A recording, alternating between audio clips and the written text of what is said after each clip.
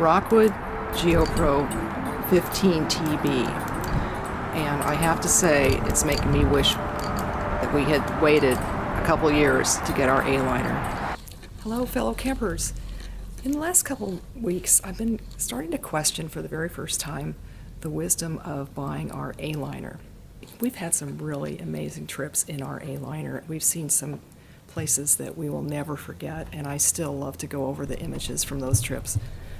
But I've noticed lately, after having, we purchased ours in the summer of 2017, and lately we're sort of not as excited to think about going on a trip and packing up, and maybe it's the packing.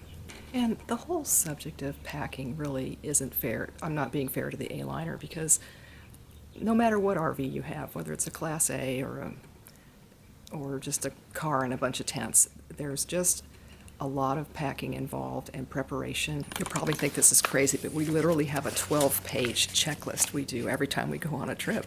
Unless you're going to be staying near civilization, which frankly we haven't really been wanting to do that. The reason we bought the A-liner was so we could go off-road, boondocking, away from the main roads, on dirt roads, get away from the crowds, get away from the campgrounds and the RV parks. And I'll be honest with you, the reason why this has been our motivation was that we've done a lot of camping in the past, and honestly the only thing that beats it for us besides the A-liner is backpacking.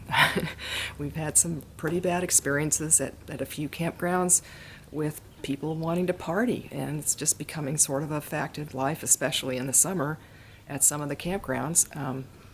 We've had one, I'll just tell you a couple experiences. We took our children to a campsite going in on the eastern side of Yosemite, Highway 120, and in the middle of the night there was a 200-person family reunion going on at that campsite with the bathroom door slamming.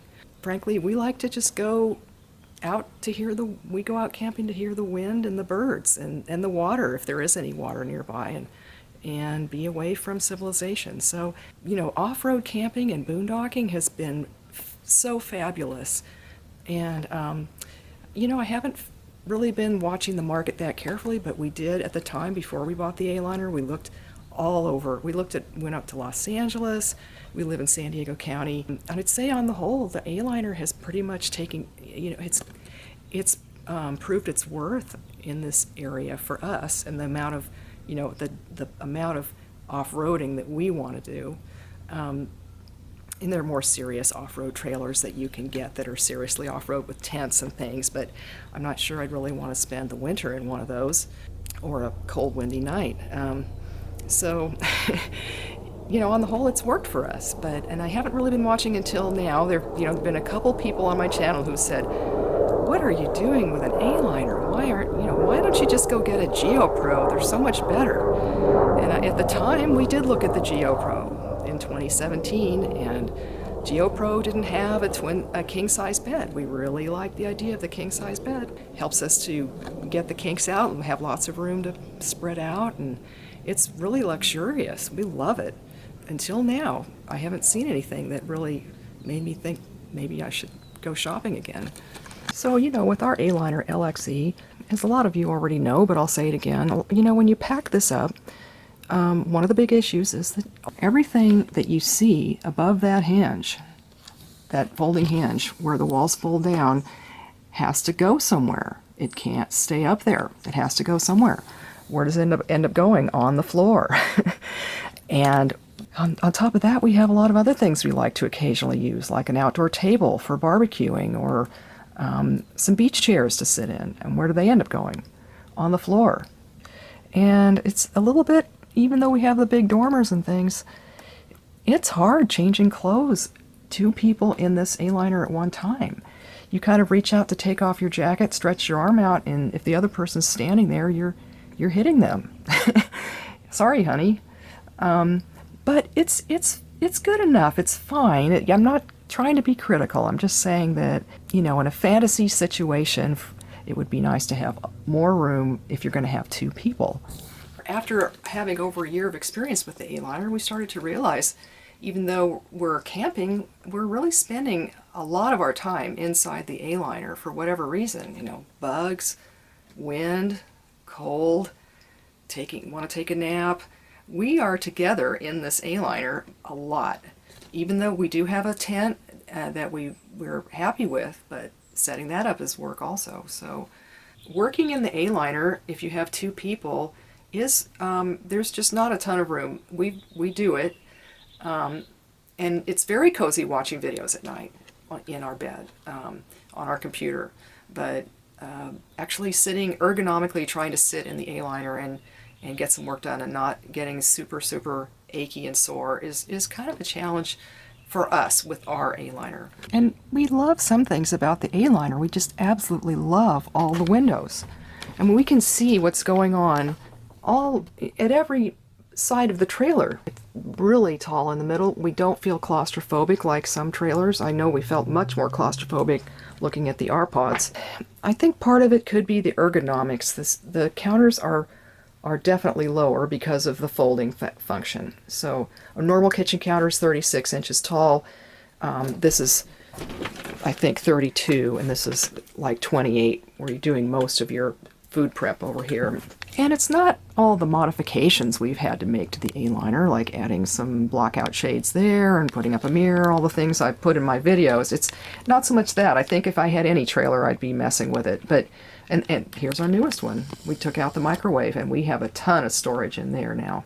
I can really honestly say our feeling of kind of reluctance to go on a trip and exhaustion doesn't have anything to do with the fact that you have to set the walls and the roof of the A-liner up at the campsite. In some ways, that is the all-time easiest part of everything.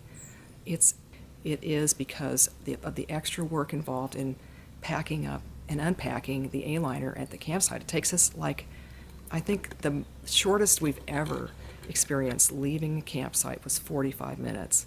And also, honestly, the shower function has been great to have, as opposed to when we used to go car camping. I wouldn't be doing this if we couldn't take a shower. But it's you know, it's a lot of work setting it up and drying it off. It takes a while, and then putting it away. I mean, we're so glad we can take showers. It really makes it so we can go on 2-week-long trips. But in a regular trailer, you might have a dedicated shower. You wouldn't have to be putting up and taking down. How about our Thetford cassette toilet? Maybe our frustration with the trips is linked to the fact that we have a Thetford cassette toilet instead of a regular toilet. Well, actually, no. It has nothing to do with the fact that it's a cassette toilet versus a regular toilet. I think our frustrations are that the toilet area ends up being, again, because of the A-liner folding right here at this hinge, toilet area ends up being a big storage bin, and when we're cooking, we end up doing a lot of dishwashing, and we put the dog crate on there. It ends up being used for a lot of other things other than being a toilet. I mean, you know, when we're on the road, we end up throwing a lot of stuff in here, and it's great because it keeps it contained and keeps it from, you know, slopping all over the inside of the trailer, but also that stuff has to go somewhere if we really want to use it as a toilet. You know, on the issue of cassette versus having a black tank, we like to, you know, again, we like to go boondocking on remote places, and we really love actually not having to go find a dump station and being tied to that or having to pay for a dump station. I mean, this is, you know, I think the one thing we do mind about this, and this is just our personal preference, these are the instructions, we just tape them here because we forget how to fill this up. You know, I don't like the idea of standing in a public bathroom or somewhere and watching this disgusting stuff being flushed down the toilet. Is just a disgusting idea to me. We do use it only for emergency, you know, middle of the night situations where it's snowing or raining outside, and we've never used it, honestly, for number 2, always number 1. We've been very happy with our solution, which is our own little homemade self-composting kind of toilet solution. And I hope you don't mind if I talk about this, but it's basically a folding toilet seat and a kitchen trash bag and a shovel. And most places we've been, we just put dirt on top of the offending material, not on the toilet paper, and try to keep this dry. If you do your research on the composting toilets, the concept is separate the liquids from the solids. So you try to keep this material as dry as possible, and we cover it up with the native soil. The only place we've had a problem with odor really has been in certain types of desert situations. The native soil has not blocked the odor one bit. So now we're going to start bringing some peat moss in Ziploc bags. Any new trailer we might consider getting, or even new RV, we would want a composting toilet. We just think they don't smell like anything, and they are super easy. They don't use water. If you're having guests, you have to kind of get your guests into the idea, but other than that, it's just such a practical solution.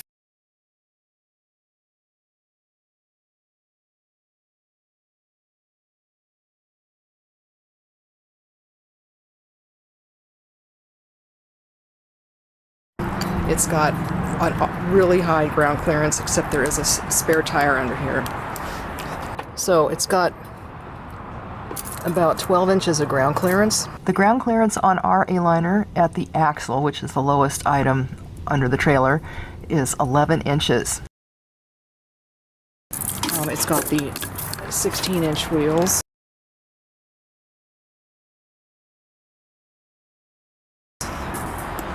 All-terrain tires, it looks like. It's got a screen door. It's got 2 propane tanks, and it's got already a battery box for 2 batteries. It just needs a lock so they don't get stolen. Electric tongue jack. The frame itself, 4 inches by 2 inches. And here's the front of our tongue on our Aliner, and here's the size of the framing. It's 3 inches by 2 inches. There's an outdoor shower. Here are the clean out valves. We'll measure the ground clearance here again. Clean out valve is 13 inches. It has leveling jacks. It has the outdoor shower. It's got all this stuff. You can watch some other videos. There are lots of videos about this. It is a lot taller on the road than the Aliner. There's the air conditioner up there. The roof is some kind of PVC, according to my salesman. You can see the TV antenna and stuff up there.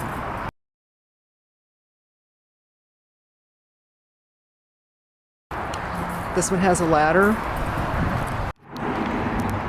Here is what's on the roof. Looks like 100 watts. 100 watts, go power.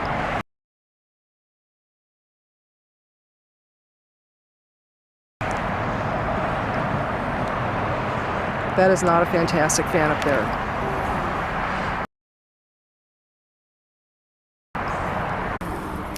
It has an awning, which our Aliner didn't have really. These stairs are a new thing. They lift up and go in the trailer. They're really super heavy, so I'm not too excited about that.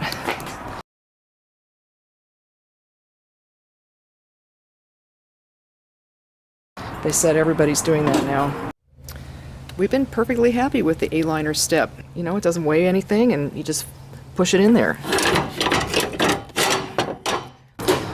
In here, you've got the 2 twin beds that convert into a king-size bed. This table is just part of the fill.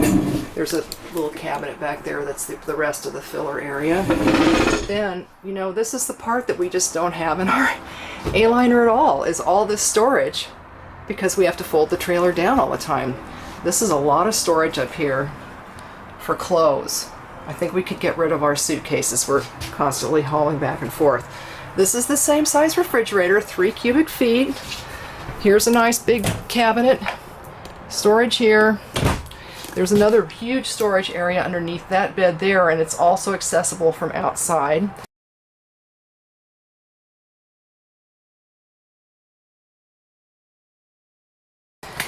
Here's the heater, a bunch of drawers. We'd probably put the dog's crate on top of here so we can keep him contained. This is the only thing I don't like. There's no window.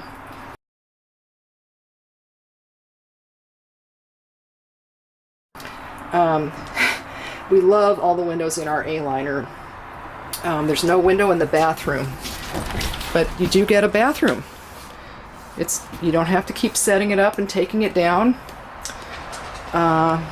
It's got a vortex fan up in the ceiling, but maybe a tiny bit of light coming in. But this is kind of claustrophobic, a little bit. It's still, considering how much easier life would be in some ways. It's around $25,000 they're saying, but that's kind of the list price. I don't know what the final price is. It's got the Asdel fiberglass walls. It's a nice color even. I mean, it's really neutral.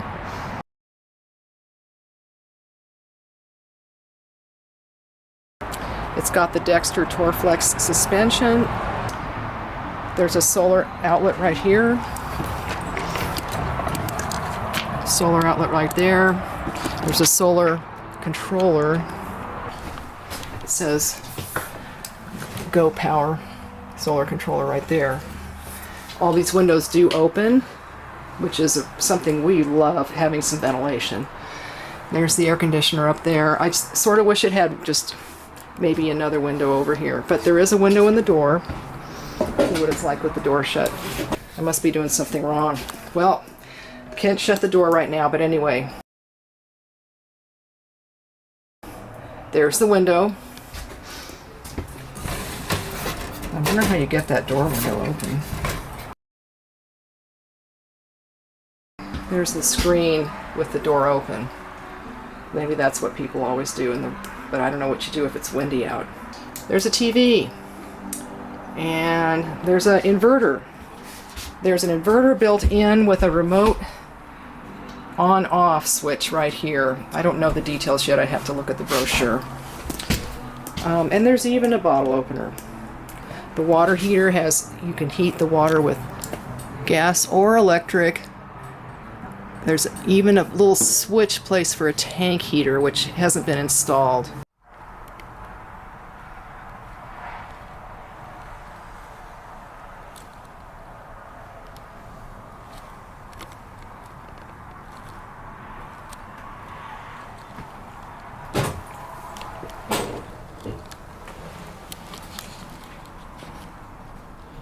Here's just one of the storage compartments from the outside. I don't know if you can see.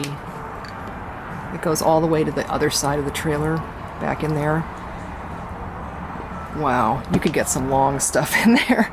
And then it goes all the way through that entire twin bed, all the way to the other end of that. Wow. Here's looking through from the back.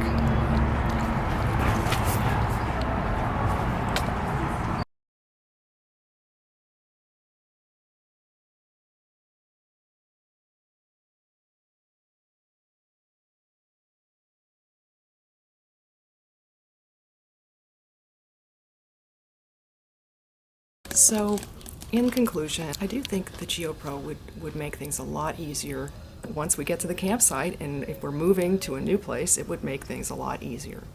But in terms of, one of the big issues, I think, is just having two people in a small trailer for extended periods of time. And we get along pretty well, but, small things like, let's say one person wants to sleep in and the other one wants to get up and have coffee. This happens a lot for us. There's no place inside to sit and have coffee a lot of the time while the other one's on the bed. And outside, a lot of times it's too cold or windy or something's going on outside.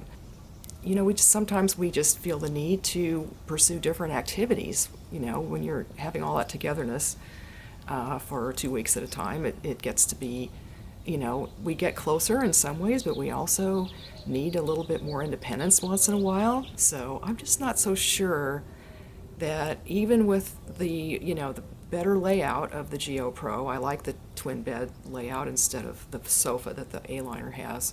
I'm just not so sure it's really going to change that that particular issue for us. Anyway, just food for thought. Hope this gave you some issues to consider in purchasing your next trailer.